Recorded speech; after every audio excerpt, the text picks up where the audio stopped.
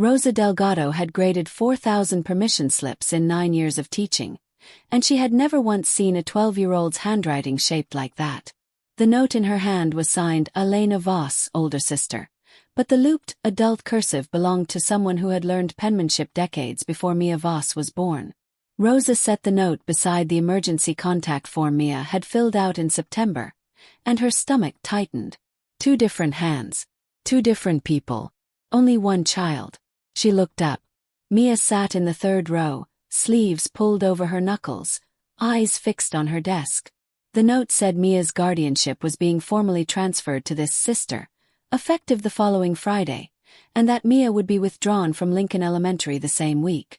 Rosa had taught Mia's file long enough to know one fact the note conveniently ignored. Mia did not have a sister. Rosa had read the enrollment records herself in August, back when Mia arrived quiet and new, flanked by a driver in a black sedan and a man named Nicholas Vane who signed every form with a fountain pen and looked at his niece like he was afraid of breaking her. Nicholas was Mia's only listed guardian. No sibling. No Elena. Rosa folded the note along its existing creases, careful not to smudge the ink, and slid it into a manila envelope instead of the outgoing mail bin. Whoever had written this letter wanted a paper trail that ended with the school stamping it valid. Rosa was not going to be the rubber stamp. At 3:15, after the last bus pulled away, Rosa walked to the office and asked the secretary for Nicholas Vane's direct contact number, the one reserved for emergencies only. The secretary hesitated. "You know who that family is," she said quietly. "I know," Rosa said. "That's exactly why I'm calling." She dialed before she could talk herself out of it. 3 rings. A clipped voice answered, not warm, not unkind, simply alert. "This is Vane." Rosa held the forged letter against the light so she could see both signatures at once, the real one from September, the fake one from that morning, and she said the only thing that mattered. "Mr. Vane, someone is trying to take your niece, and they used a sister who doesn't exist to do it." The line went silent for exactly 3 seconds. Then he said, "I'm coming to the school. Don't let anyone leave with her." Rosa looked through the office window at Mia's classroom, at the girl still sitting at her desk, unaware that a stranger's handwriting had just tried to erase her out of her own life. Rosa had 40 minutes before dismissal and no idea yet how deep the forgery went. Rosa Delgado had built her classroom out of routines, because routines were the only thing she'd been able to count on growing up. She had spent 4 years bouncing between 2 foster placements before her grandmother finally won custody, and she remembered exactly what it felt like to have adults decide her life in rooms she wasn't allowed into. That memory was why she'd taken a 2-year paralegal certificate before switching to education. She'd wanted to understand how the paperwork worked, the guardianship forms, the transfer orders, the quiet machinery that moved a child from one life to another with a signature. She never finished the paralegal track. Teaching pulled harder. But the eye for documents stayed, sharpened by a decade of comparing a parent's real signature on a report card to whatever showed up on a forged excuse note. She could read a signature the way a mechanic reads an engine sound. She rented a 1-bedroom apartment 11 minutes from the school, drove a car with a check engine light she couldn't afford to fix, and sent $40 a month to her grandmother's assisted living facility because it was the only bill she refused to let lapse. None of that was unusual for a teacher in her district. What was unusual was the black sedan that had dropped Mia Voss off every morning since August, and the way the other teachers went quiet whenever the Vane name came up in the staff room. Nicholas Vane ran shipping contracts out of the Port District, according to the file, though everyone in town understood the shipping contracts were a polite fiction for something older and more dangerous. He'd taken guardianship of Mia after his younger sister, Mia's mother, died the previous spring. Rosa had met him twice, once at enrollment, once at a parent conference where he'd sat with his hands folded on the too small desk and asked, with real uncertainty, whether Mia was adjusting normally, as if normal were a language he didn't speak fluently. He'd struck her as a man used to being obeyed and unused to being needed.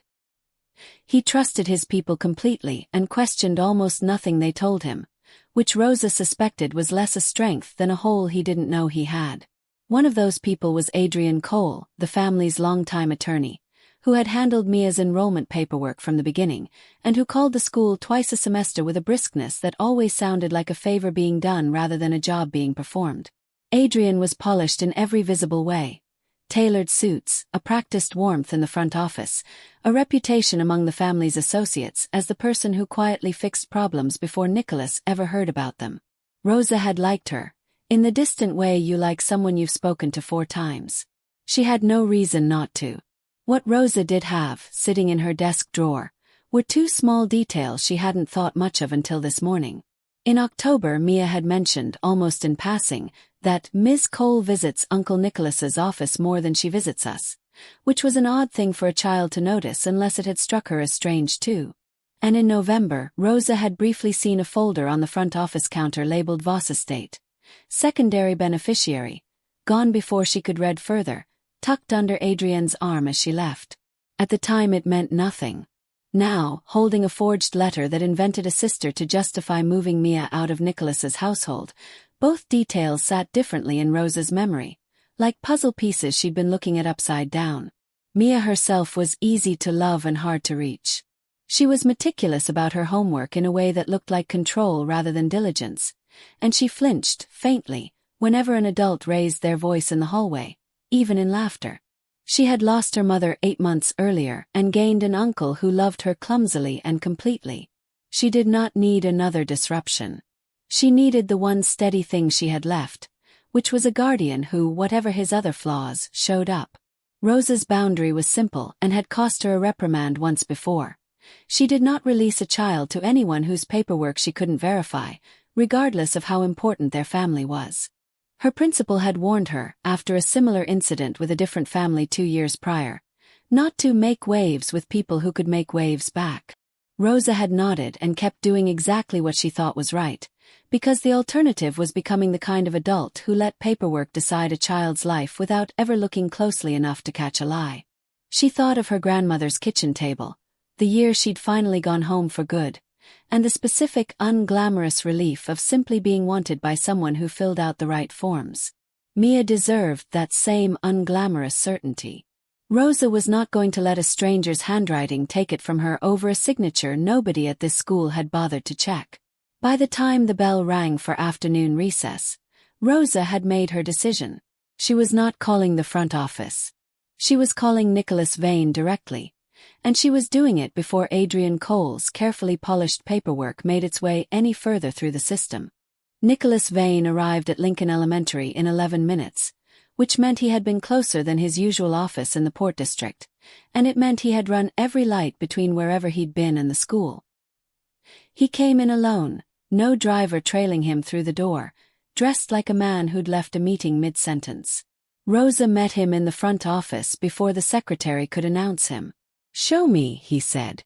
Rosa laid both documents on the counter, the September enrollment form with Mia's real emergency contact information, listing only Nicholas, and the letter from that morning, signed by an Elena Voss, older sister, requesting Mia's withdrawal effective Friday. Nicholas read the second letter twice. His jaw worked once, tightly, and then went still. "I don't have a sister named Elena," Mia said. She had come out of her classroom during the commotion, small in the doorway, watching the 2 adults who controlled her life discuss her like a case file. "I don't have any sister." "I know," Nicholas said, and something in his voice cracked just slightly, enough that Rosa heard the man underneath the authority. "You never have." Rosa turned the letter toward the window light, the way she'd trained herself to check questionable signatures. "Whoever wrote this used your family's real letterhead and Mia's real student ID number. That's not a stranger guessing. That's someone with access to her file." "Who processes enrollment paperwork for my family?" Nicholas asked, though his tone said he already suspected the shape of the answer and didn't want to say the name first. "Ms. Cole submits everything," the secretary offered, unprompted, before Rosa could decide whether to say it herself. "She dropped off an amended custody packet about 2 hours ago. Said it was time-sensitive." Nicholas's expression didn't change, but his hand, resting on the counter, curled slowly into a fist and then deliberately opened again. "Adrian handles all of Mia's paperwork," he said quietly, as if testing whether saying it aloud made it feel less impossible. She's handled it since my sister died. She's handled everything since my sister died. Rosa watched him choose in real time between two instincts. The instinct to trust the person he'd trusted for years without question, and the instinct to look for the first time at what that trust had actually cost him. She recognized the look. It was the look of a man realizing he had been so certain of his own people that he'd stopped checking anything they gave him to sign. "I need the amended packet she dropped off," Rosa said. "If it matches this handwriting, we're not looking at a mistake. We're looking at a plan." The secretary retrieved a thin folder from the counter drawer. Rosa opened it carefully, aware that whatever was inside might be the only copy that existed before someone thought to make it disappear. Beneath a cover sheet requesting an expedited guardianship transfer, she found a supporting affidavit, supposedly notarized, supposedly signed by the same non-existent Elena Voss. The signature matched the withdrawal letter stroke for stroke.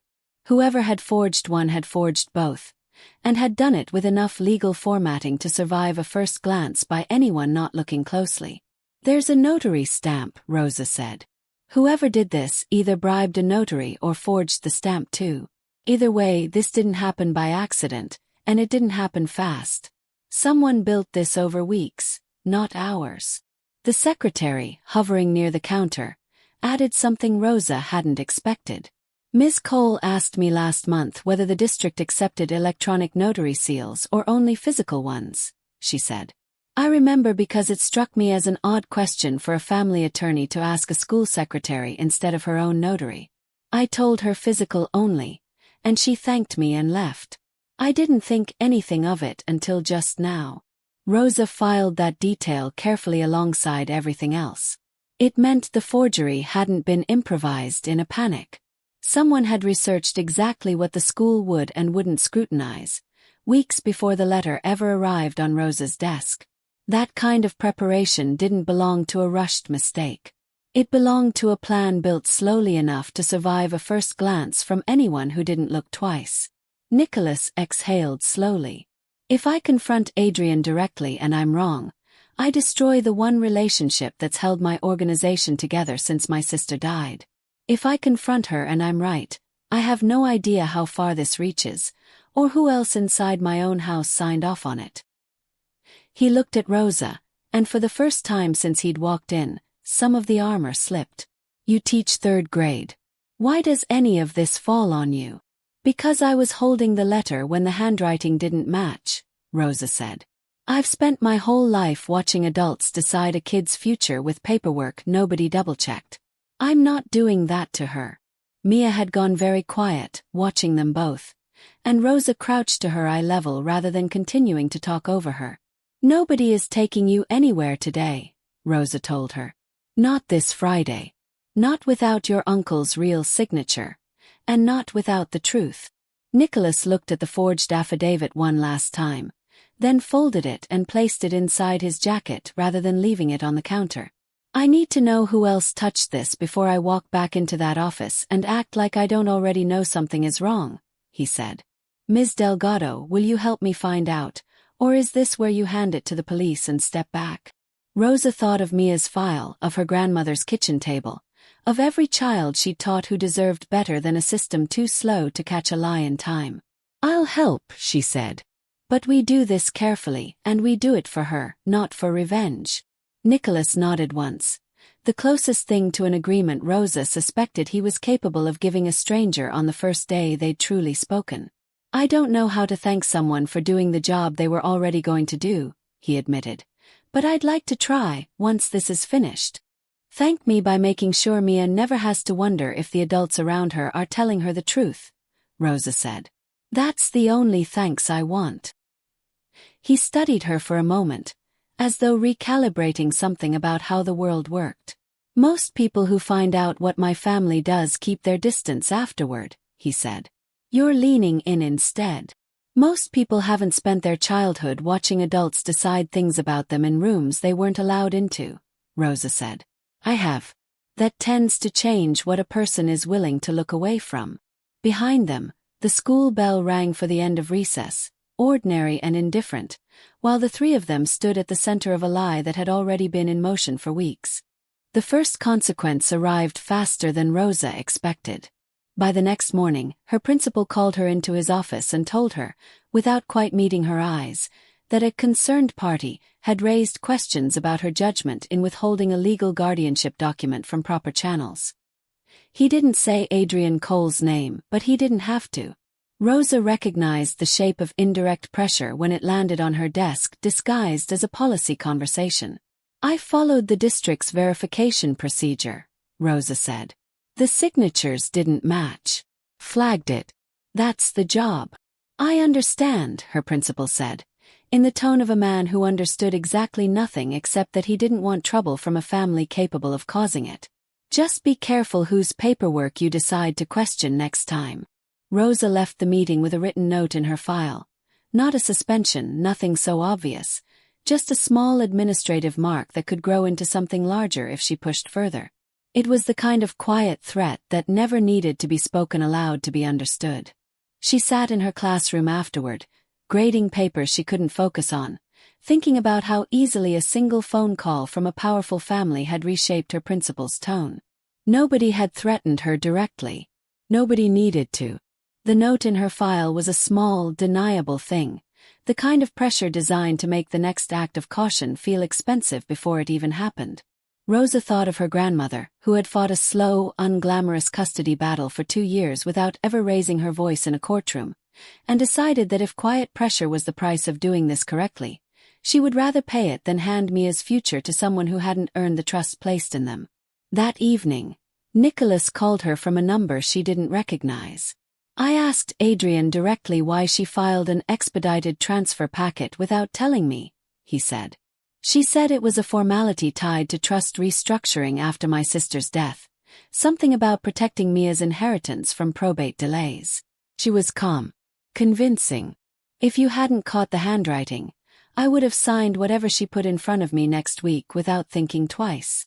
"Did you ask her about Elena?" "She said it was an administrative placeholder name.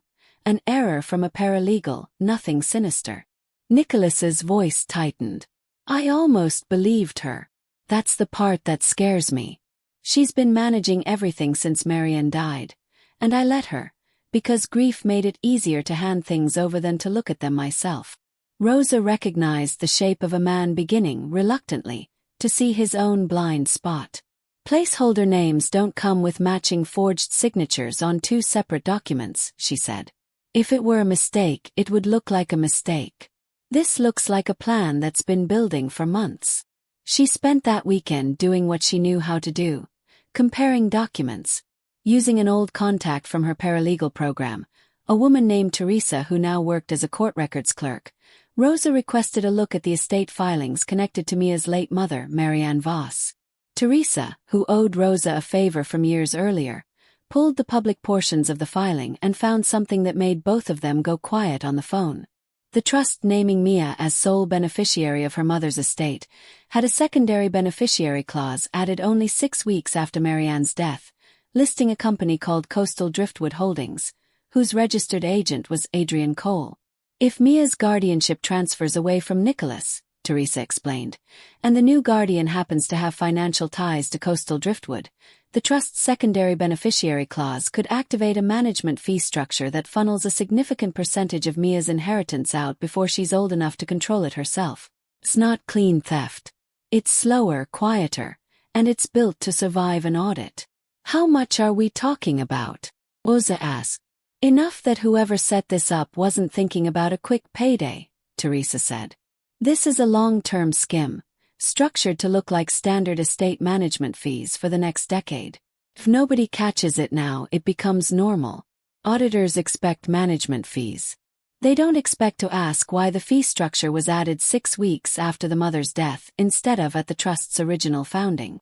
Rosa thanked her and hung up, sitting with the weight of what she now understood. This was never about a single forged letter. The letter was only the mechanism, the smallest, most fragile piece of a plan that had been running quietly for weeks before Rosa ever noticed a signature that didn't match.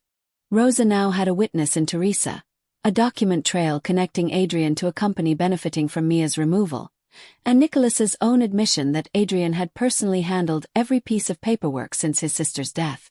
What she still lacked was proof that Adrian herself had written the forged letter, rather than simply benefiting from someone else's forgery.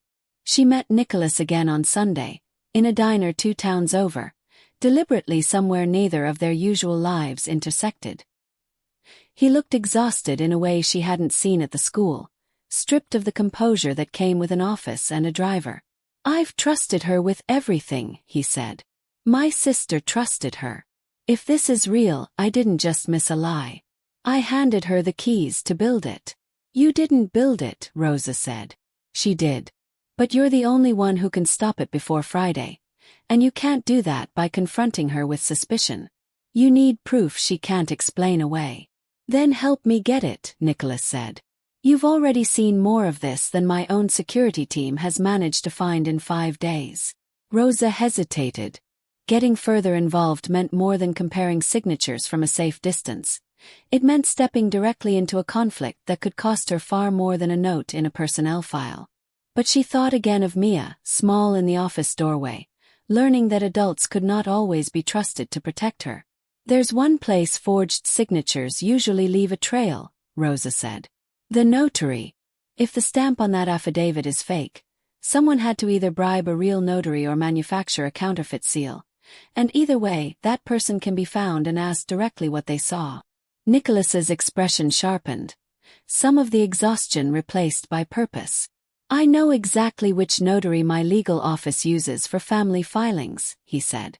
"If Adrian bypassed him for this one, that's the first crack in her story." "There's something else," Rosa said, hesitant. "Your principal, the note in your organization, whatever the equivalent is of what happened to me at school. Has anyone above Adrian asked why she's moving this fast? A transfer like this usually takes months of review. She's compressed it into a single week." "My uncle sits on the review board for major estate decisions," Nicholas said slowly. "If Adrian pushed this through without his sign-off, that's a procedural violation on its own, separate from the forgery. She'd have needed a reason urgent enough to justify skipping him entirely." "Maybe she didn't skip him," Rosa said. "Maybe she told him something that made the urgency sound necessary. Brief. Custody threat. Something that would make delay look dangerous instead of prudent." Nicholas rubbed his jaw, tired in a way that had nothing to do with the hour. "If she manipulated my uncle the same way she almost manipulated me, this goes deeper than one forged letter and one dishonest lawyer. It's a pattern. And I still don't know how many people inside my own family have already been told a version of this story that isn't true. Then we don't confront anyone else until we have proof strong enough that the truth speaks for itself," Rosa said. "Right now, all we have is suspicion dressed up as a mismatched signature. We need something that can't be explained away in one sentence." The notary's name was Harold Fenn, and he had processed every legitimate Vane family filing for 11 years, which made it easy to determine, within a single conversation, that he had never notarized any affidavit for an Elena Voss. When Rosa and Nicholas visited his office on Monday afternoon, Harold examined the copy of the stamp on the forged affidavit and shook his head immediately. "That's not my seal," he said. "Close, but the registration number is off by 2 digits.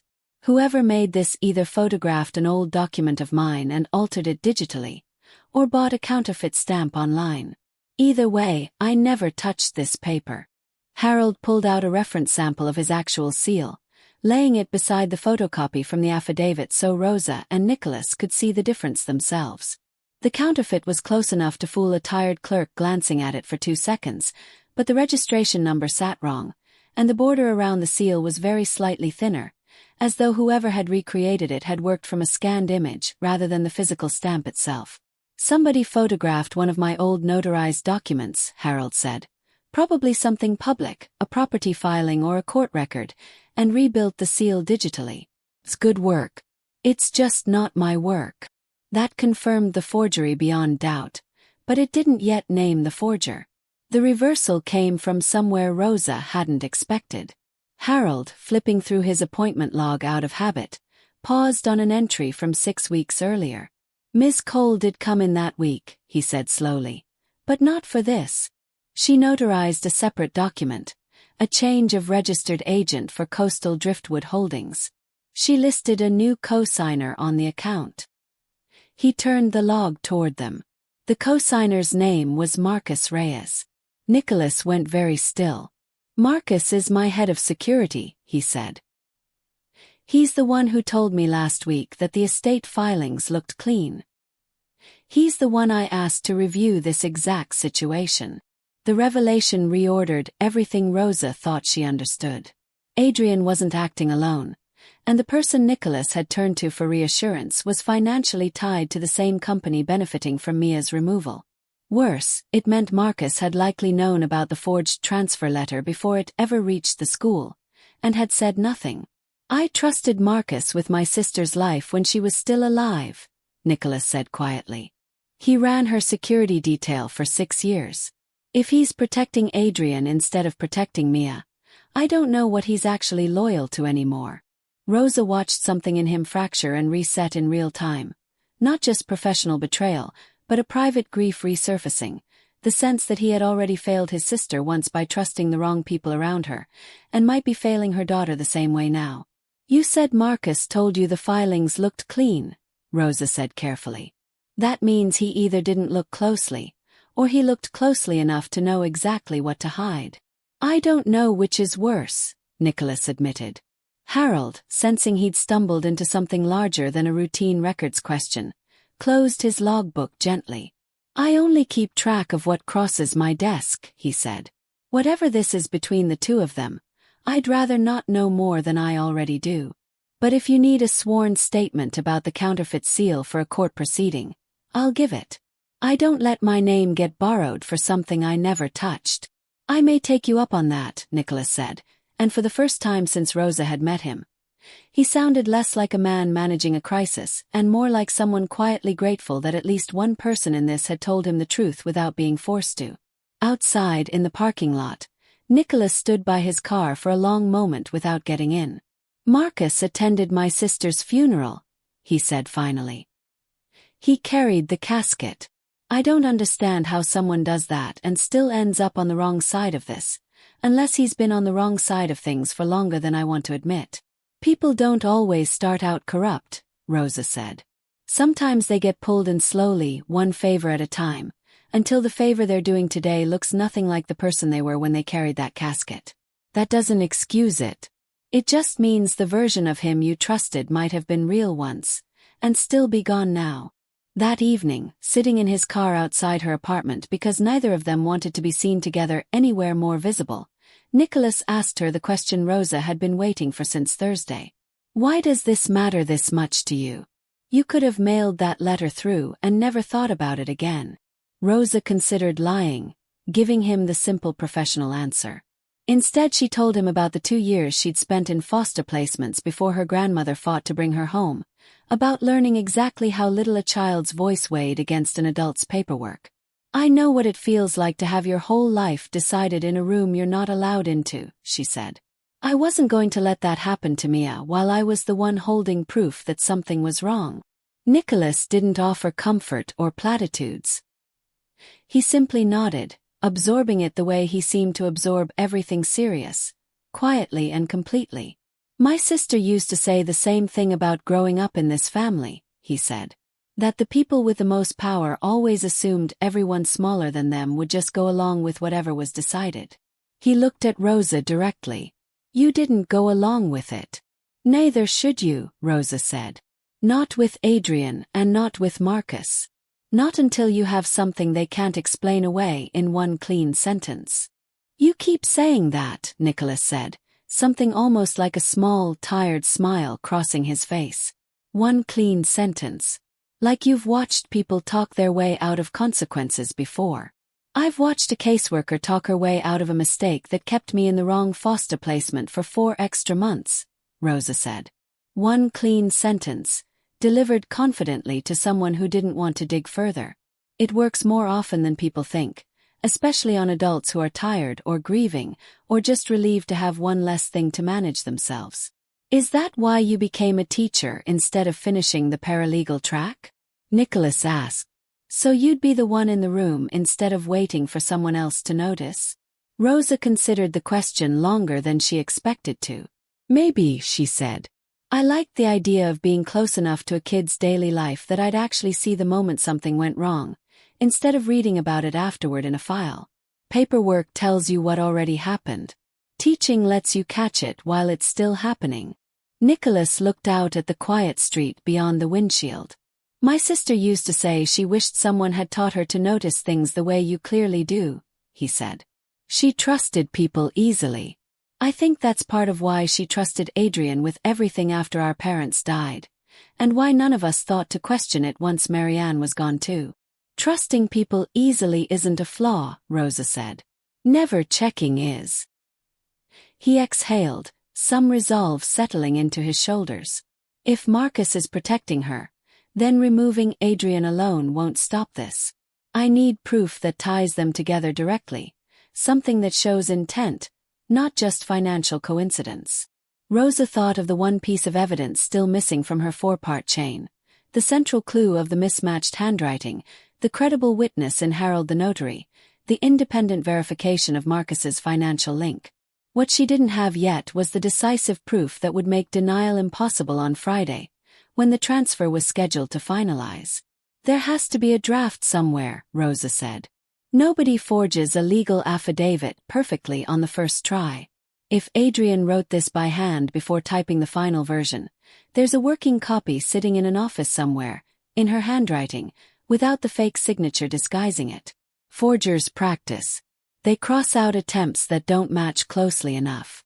Somewhere there's a page with 3 or 4 tries at the same signature before she got it right, and that page is worth more than anything we've found so far, because it can't be explained as an administrative placeholder. Nicholas's expression shifted, calculating. She keeps a private office at the compound. Marcus has access to it. I have access to it. Adrian doesn't know I'd ever think to look. Then Friday isn't just a deadline anymore, Rosa said. It's the day we either find that draft, or we lose Mia to a lie neither of us can undo. Rosa insisted on one condition before agreeing to enter the compound with Nicholas on Thursday night, the day before the transfer was set to finalize. I'm not doing this if it means breaking into a room with armed men standing outside it, she said. I teach 3rd grade. I'm not a part of whatever your security usually looks like, and I won't pretend to be. Nicholas agreed without argument, which surprised her more than she expected. Marcus reports to me, he said. Tonight, for the first time since my sister died, I'm not going to let that stop me from checking his work myself. He arranged for Marcus to be occupied at the port office reviewing an unrelated shipment discrepancy Nicholas had manufactured specifically to create the window they needed, a small deception Rosa noted he clearly disliked using even against someone he now suspected. You don't like doing that, Rosa observed, watching him end the call to Marcus with a tone far warmer than the situation deserved. I don't, Nicholas admitted. Lying to someone, even someone I no longer trust, doesn't come naturally to me the way people probably assume it does. My father would have found this easy. I've spent most of my life trying not to be my father, and tonight I'm doing exactly what he would have done anyway, because I don't see another way to get the truth in time. There's a difference between deceiving someone to protect a child and deceiving someone to protect yourself, Rosa said. Tonight is the first kind. Don't let yourself confuse the two, and don't let it become a habit once this is over. He glanced at her, something steadying in his expression. That's the second time you've told me exactly what I needed to hear without softening it, he said. Most people around me only tell me what they think I want to hear. I'm not most people around you, Rosa said. I'm a schoolteacher who happened to notice a signature that didn't match. I don't have anything to gain by managing how you feel about this.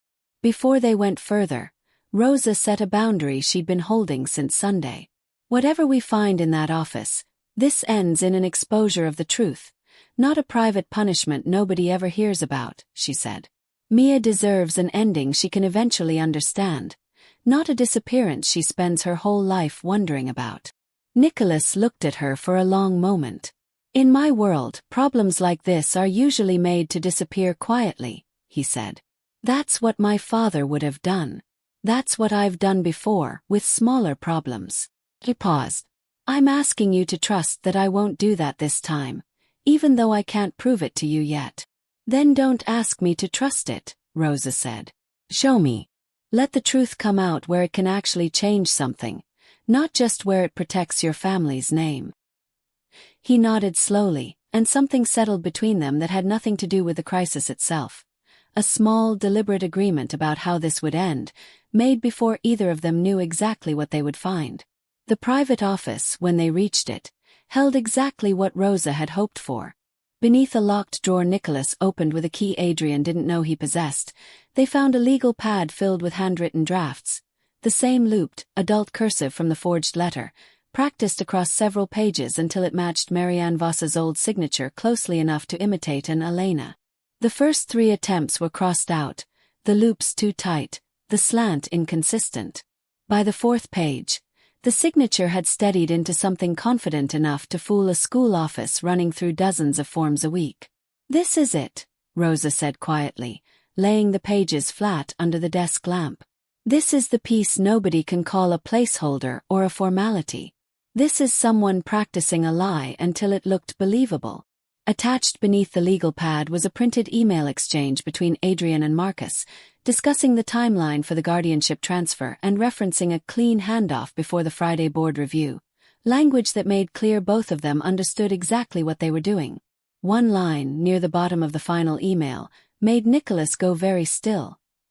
He still doesn't check anything I put in front of him. That won't change before Friday. Nicholas read it twice, then set it down carefully, as though it might shatter if handled roughly. 5 years, he said. 5 years of signing whatever she handed me because I was too tired, or too grieving, or too certain she wouldn't do this to me. She wasn't wrong about any of it until this week. She was wrong about one thing, Rosa said. She assumed nobody outside your circle would ever look closely enough to notice. She didn't plan for a stranger holding a permission slip. This is everything, Rosa said. The draft in her handwriting. The emails naming the plan outright. Combined with Harold's notary log and the coastal driftwood filing, there's no version of tomorrow where she explains this away as a formality. Before they could leave, Nicholas's phone buzzed with a message from Adrian herself, sent to the wider family group thread, cheerful and precise. A reminder that the guardianship transition would be finalized tomorrow morning at the family's quarterly estate meeting, in front of the extended family and senior associates, exactly the public setting where questioning her authority would carry the highest cost. She's choosing to do this publicly on purpose, Rosa said. She wants witnesses to see it happen smoothly, so nobody questions it afterward. Then we use the same room, Nicholas said. If she wants an audience, she'll have one. Just not the one she's expecting. Rosa felt the weight of what tomorrow would actually require of her. Not just handing over evidence quietly, but standing in a room full of people who had spent years assuming a schoolteacher had no place in their world, and telling them the truth to their faces. I've never spoken in front of people like that, she admitted. Neither had my sister the first time she stood up to my father, Nicholas said. She did it anyway. He looked at the evidence in her hands. Tomorrow, Mia doesn't need a rescue. She needs someone to say the true thing out loud, in the room where the lie was about to become official. That has to be you. I can give you the room. I can't give you the words. I've never spoken in front of people like that, she admitted again, quieter this time. Not people who could make my life difficult with a single phone call. You already did that once at the school, in front of a secretary who could have reported you, Nicholas said. Tomorrow's room is bigger, but the fact you're stating won't be any less true. Say it the same way you said it to me the first day. Plainly. Without asking permission to be believed. They left the office exactly as they'd found it, the locked drawer secured again, the legal pad and emails photographed twice on 2 separate phones in case one copy was somehow lost before morning. Nicholas checked the hallway before they stepped out, an old habit Rosa suspected had kept him alive more than once, though tonight it felt smaller than that, almost domestic, 2 people making sure a child's future wasn't compromised by a single unlucky encounter with the wrong person in a dark hallway. Get some sleep if you can, Nicholas said, walking her to her car. Tomorrow, everyone in that room is going to be watching how you carry yourself, whether they mean to or not. Adrian built her entire plan on the assumption that nobody outside this family carries any weight in it. Prove her wrong quietly, and let the evidence do the rest. Rosa folded the legal pad and the printed emails into the same envelope she'd used 4 days earlier, when this had started with nothing more than a signature that didn't match. She thought of Mia's real signature from September, steady and careful in a child's uneven hand, nothing like the practiced adult forgery beside it. Then tomorrow, she said, we finish what a forged letter started. The quarterly estate meeting was held in a wide, sunlit room at the Vane family compound, 12 people seated around a long table, Mia placed carefully beside an empty chair reserved, according to Adrienne's agenda, for Mia's incoming guardian pending finalization. Adrienne stood at the head of the table in a tailored blue suit, composed and pleasant, reading through the transition timeline as though it were the most ordinary item on the agenda. Marcus sat near the door, arms crossed, watching the room rather than the papers in front of him. Nicholas entered with Rosa a step behind him, and the room's attention shifted immediately, murmurs rising at the presence of a stranger in a meeting reserved for family and senior associates. Several of the older relatives exchanged glances, unused to seeing anyone outside the family's inner circle at this table, let alone a woman in a plain cardigan holding a manila envelope like it mattered more than the agenda in front of her. Adrienne's composure held for exactly 1 second longer than it should have. Nicholas, this is a closed session, she said smoothly. Ms. Delgado's presence isn't part of the agenda. Neither was forging my niece's guardianship transfer, Nicholas said. And yet here we are. It is now, Nicholas said, and placed the envelope on the table in front of her. Adrienne opened it with practiced calm, scanning the legal pad and the printed emails, and for the first time in 5 days, her composure cracked at the edges. This is incomplete context, she said quickly. Drafts exist for every legal filing. That doesn't mean. It means you wrote Elena Voss's signature by hand in this office before you ever typed the affidavit, Rosa said, her voice steadier than she felt. It means Harold Fenn never notarized this document, because his real seal has a different registration number than the one you copied. And it means you and Marcus discussed a clean handoff, timed to this exact meeting, in writing 6 days ago. The room went quiet in a way that felt different from the earlier murmurs, the stillness of people recalculating who actually held power in the room. An older woman near the window, one of Nicholas's cousins, leaned toward the table. Adrienne, you told us 3 weeks ago that the transition was routine, she said. Routine paperwork doesn't come with a drafted signature crossed out 4 times before it looked right. I'd be careful making accusations based on someone else's interpretation of a legal pad, Adrienne said, though her voice had lost some of its earlier polish. I'm not interpreting anything, Rosa said. I'm reading exactly what's written. 4 attempts at the same signature, on paper found in your locked drawer, matching the handwriting on a legal document you submitted to a school under a false identity. There's no interpretation required. Marcus rose slightly from his chair, and Nicholas turned toward him before he could speak. Sit down, Marcus, Nicholas said, not raising his voice. You reviewed these filings and told me they were clean. I want to hear you explain that in front of everyone here, or I want to hear you explain why you didn't. Marcus's jaw tightened, but he said nothing, which told the room everything his silence couldn't hide. Adrienne tried once more, turning toward the older relatives at the table, the ones whose approval had always mattered more to her than Nicholas's. Everything I've done has protected this family's interests since Marianne died, she said. Mia's inheritance needed proper management. I was protecting her future. You were protecting a management fee routed through Coastal Driftwood Holdings, Rosa said. A company you registered, with Marcus added as co-signer 6 weeks after Marianne's death.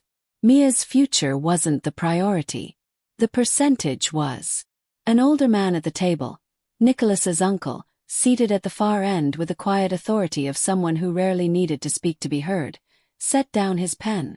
Adrienne, is any of what this woman is saying incorrect?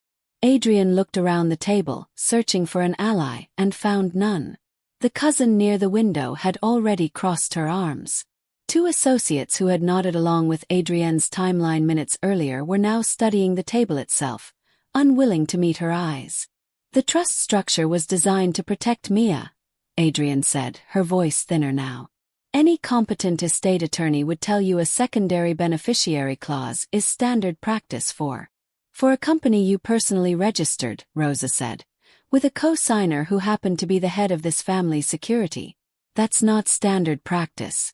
That's two people quietly deciding how much of a 12-year-old's inheritance they could route through themselves before anyone thought to check. Adrienne said nothing. The absence of a denial answered the question more completely than any admission could have. Nicholas stood. Mia stays under my guardianship, effective immediately and permanently, with independent legal oversight on her trust going forward, not managed solely by this office, he said. Adrienne, you're removed from all family legal matters as of this meeting, and Coastal Driftwood's claim on the Voss Trust will be challenged formally, starting today. Marcus, your access to security systems and family finances is suspended pending a full review of what else you signed off on without telling me. His uncle raised a hand slightly. Nicholas, matters like this have traditionally been handled inside the family, quietly, without outside courts becoming involved. I know that's tradition, Nicholas said. I'm changing it. If Adrienne had succeeded, a 12-year-old would have lost her home and a portion of her inheritance to two people who spent 5 years earning my trust specifically so they could betray it. That doesn't get resolved quietly. It gets resolved in front of a judge, with a paper trail nobody can quietly file away later. He looked around the table, meeting each relative's eyes in turn. If any of you were told a version of this that isn't true, I want you to know the real one now, in this room, not second-hand. Adrienne's mask slipped fully now, something colder showing underneath the polish. You're choosing a schoolteacher's word over 5 years of loyalty, she said. I'm choosing proof over loyalty I never should have extended without checking it, Nicholas said. That's the mistake. Not trusting Rosa. Trusting you without ever looking closely enough to catch this in time. Mia, who had watched the entire exchange in silence from her chair, finally spoke, quietly but clearly enough for the room to hear. I don't want a sister who isn't real, she said. I just want to stay with my uncle. The room, full of adults who dealt in territory and leverage and contracts worth more than most people would see in a lifetime, went completely still at the plain honesty of a child's sentence. Even Adrienne, for one unguarded second before the security staff reached her, looked at Mia with something that might have been shame if she'd allowed herself to feel it fully. Rosa crossed the room and crouched beside her, the way she had in the school office 5 days earlier. You're staying, she said. Nobody rewrites your family with a fake signature. Not while people are actually looking. You were the one looking, Mia said. I was, Rosa said. And I'm not going to stop, whether it's a permission slip or something bigger. That's the whole job. Adrienne was escorted out by 2 of the family's own security staff under Nicholas's direct order. Her legal authority over the Voss estate formally revoked before she reached the door. She paused once at the threshold, looking back at Rosa with an expression that held more calculation than regret. You realize you've made an enemy of someone who understood this family better than you ever will, she said. I understand one thing you clearly didn't, Rosa said. That a 12-year-old girl was going to notice, eventually, that her sister never existed. You built a plan around the assumption that nobody would look closely enough to catch it in time. Somebody did. Marcus followed under supervision, his suspension effective immediately, a formal investigation into the security review already promised by end of day. He said nothing on his way out, and his silence, once again, told the room more than any defense could have. The room, once certain of a quiet transition, now understood exactly how close that quiet transition had come to succeeding, and exactly who had stopped it. 3 weeks later, the compound looked the same from the outside, but very little inside it operated the way it had before. Nicholas had installed an independent legal auditor to review every filing connected to Mia's trust going forward, someone who reported directly to a family court judge rather than to Nicholas alone, a safeguard he insisted on even though no one had asked him to go that far. "I don't want to be the only person checking my own blind spots again," he told Rosa, the day the auditor's appointment was finalized. That's how this happened the first time. Marcus's investigation confirmed what the emails had already suggested. He had known about the forged transfer for weeks and had helped delay any internal review that might have caught it sooner.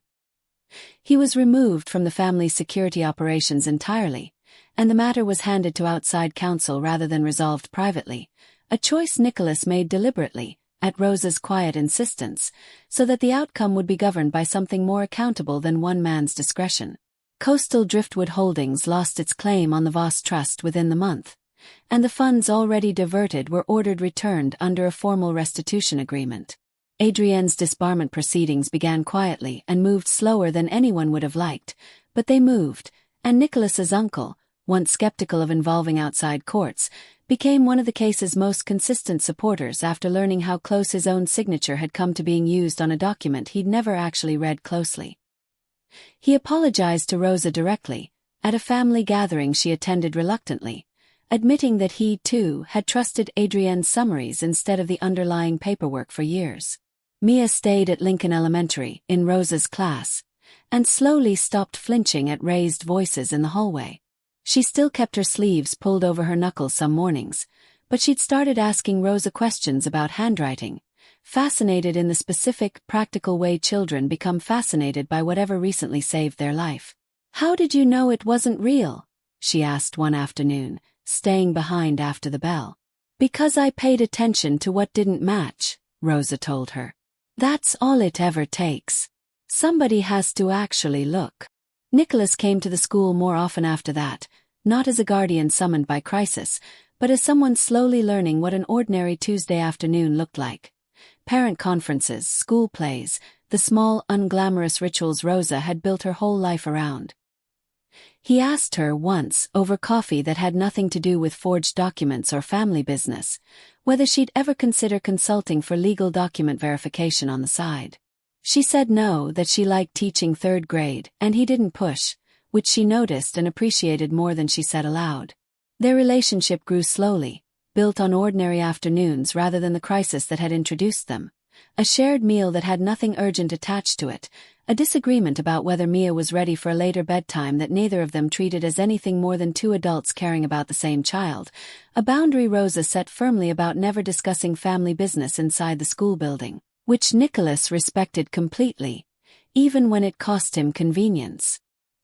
He never asked her to be anything other than exactly who she already was, and she never asked him to be anyone other than a man still learning, slowly and imperfectly, how to look closely at the people he trusted. The forged letter that started it all sat, eventually, in a locked evidence file connected to the restitution case, but Rosa kept one detail from that week for herself: the September enrollment form, Mia's real signature beside it, the one piece of paper that had never lied about who she was. Would you have made the same call Rosa did, knowing it could cost you your job to question a family that powerful? Or would you have mailed the letter through and told yourself it wasn't your responsibility to notice? Some truths only survive because one person with no power at all decides to look closely enough to catch them in time, long before anyone with real authority thinks to ask the same question. That is the quiet lesson underneath everything that happened at Lincoln Elementary that week, that protecting a child rarely requires power, only attention, and the willingness to act on what that attention reveals before it's convenient to look away. If this story moved you, consider liking and subscribing for more stories where an ordinary person's attention becomes the only thing standing between a family and a lie.